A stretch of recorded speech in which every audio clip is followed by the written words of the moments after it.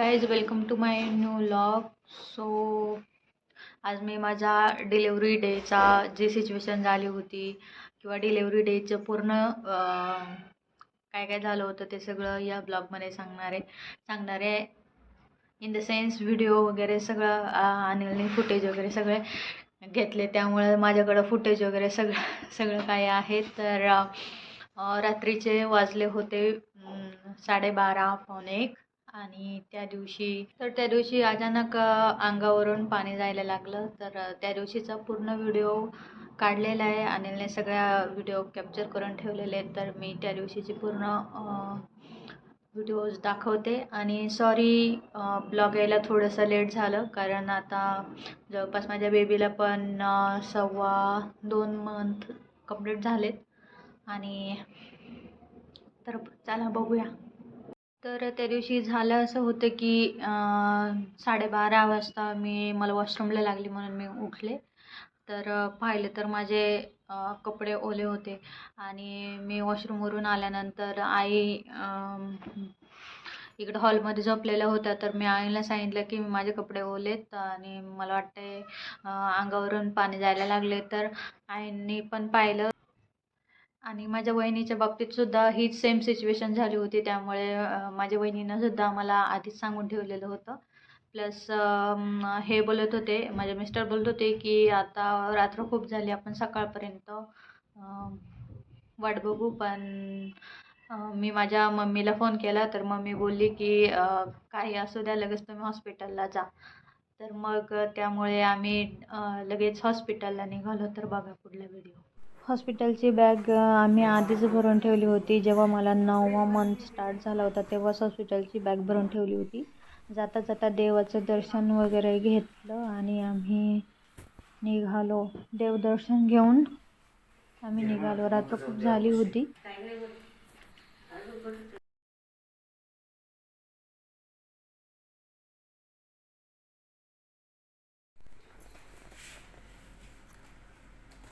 Bye bye करा. चा number हाताखाली होता. माझ्या मिस्टरांनी लगेच डॉक्टरांना कॉल करून विचारलं. तर डॉक्टर बोलले की या हॉस्पिटलला. आणि आम्ही सुद्धा हॉस्पिटलला यायला निघालोच होतो. मला नववा मंथ लागून 14 एक दिवस झाले होते. तर आम्ही सुद्धा हॉस्पिटलला जायला निघालो आणि गडबडीमध्ये आमची फाईल राहिली घरीच. हॉस्पिटलमध्ये गेल्यानंतर अर्ध्या तासामध्ये डॉक्टर पण आले आणि डॉक्टरांनी सगळं चेक वगैरे केलं. तर बाळाचं डोकं वरती होतं आणि पाय खाली होते. त्यामुळं अनफॉर्च्युनेटली ऑपरेशन करायचा निर्णय घेतला आणि त्याच्यासाठी ऑपरेशन थिएटरमध्ये मी चालले. तर बघा पुढला व्हिडिओ. ॲडमिट करणार का? ॲडमिट करणार का?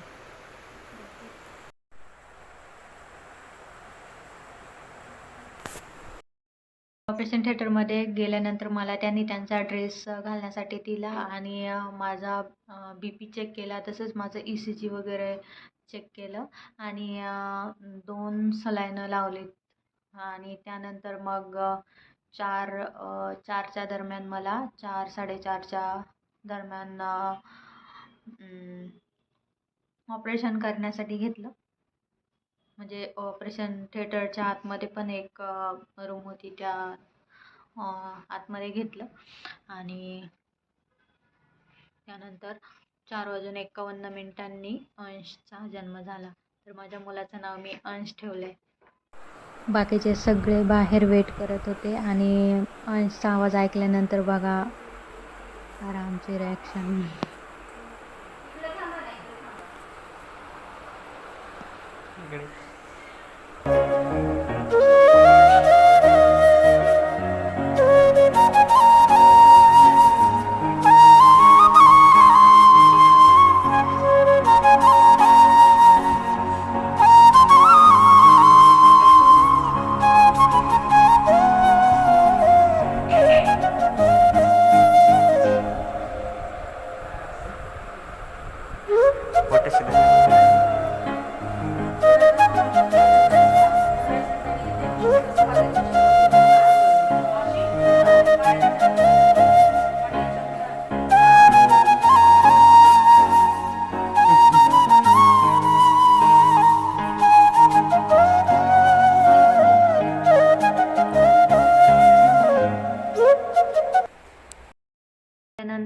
बाळाला म्हणजेच अंशला आईने त्यांच्याकडे दिलं आणि मला ऑब्झर्वेशन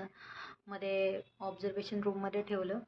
तर मला म्हणजे सगळं काय म्हणजे जे काय बोलता ते सगळं समजत होतं. मला फक्त कमरेपासून खालीच भूल होती आणि ती सुद्धा म्हणजेच किती वाजता मला बोललेली असेल, 4:51 अंशचा जन्म झाला.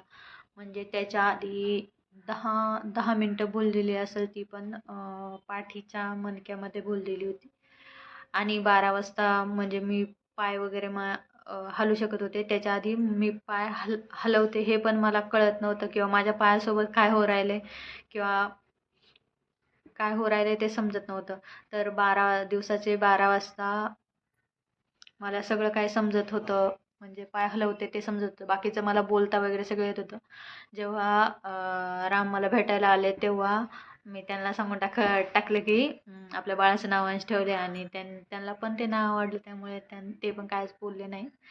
आणि बाकीच्यांना थोडं थोडं हे होत होतं म्हणजे म्हाताऱ्या माणसाला घेण्यासाठी थोडं नाव बोलण्यासाठी थोडंसं किंवा लक्षात ठेवण्यासाठी थोडंसं वाटत होतं. पण ठीक आहे, आम्ही डॉक्युमेंटरीसुद्धा तेच नाव फायनल केलं. आणि त्यानंतर तो पूर्ण दिवस म्हणजे मला पाणी पण नाही दिलं आणि जेवण पण नाही दिलं 12च्या नंतर. म्हणजे मी आदल्या दिवशी जेवली होती 8:30-9 वाजता. 13 तारखेला जेवण केलं होतं रात्रीचं 8:30-9 वाजता आणि मला दुसऱ्या दिवशी म्हणजे 14 तारखेला किती वाजता, 1-1:30 वाजता पाणी दिलं, थोडंसं पाणी दिलं आणि त्यानंतर 5 वाजता चहा बिस्किट खाऊ घातलं. तर तो पण व्हिडिओ आहे, पुढे व्हिडिओमध्ये बघा तुम्ही. नाही मग चेहरा पडते माझ्या वेळी.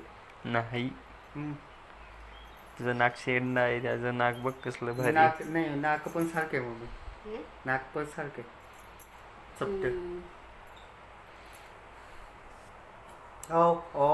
ना बाळ ना आजी जा थांब. पहिल्यांदा आजी बाई.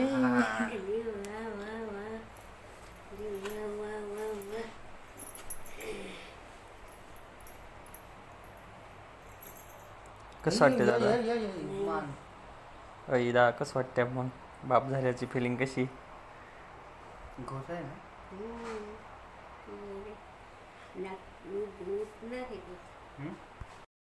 सुरुवातीचे 3 दिवस अंशला फॉर्म्युला मिल्कच पाजलं आणि फर्स्ट टाईम डॉक्टर मॅडमने कसं द्यायचं म्हणजे ड्रॉपनी कसं द्यायचं ते दाखवलं. तर तो पण व्हिडिओ आहे, तो पण पुढे बघा तुम्ही. तर त्या दिवशी खूप पाऊस होता आणि मी ऑब्झर्वेशन रूममध्येच होते.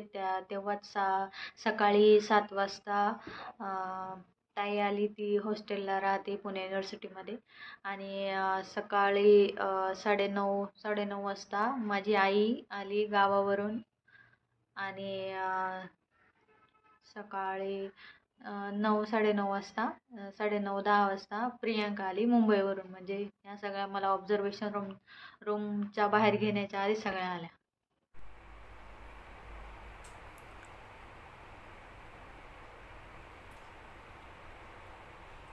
हास्मिन जो मी तो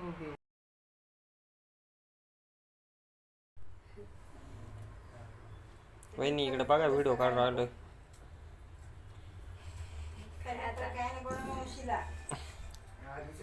राम राम. आजच्या दिवसच फक्त, उद्या नाही. उद्या नाही. परवा तिला दूध दिलं तेव्हा ते पण त्याला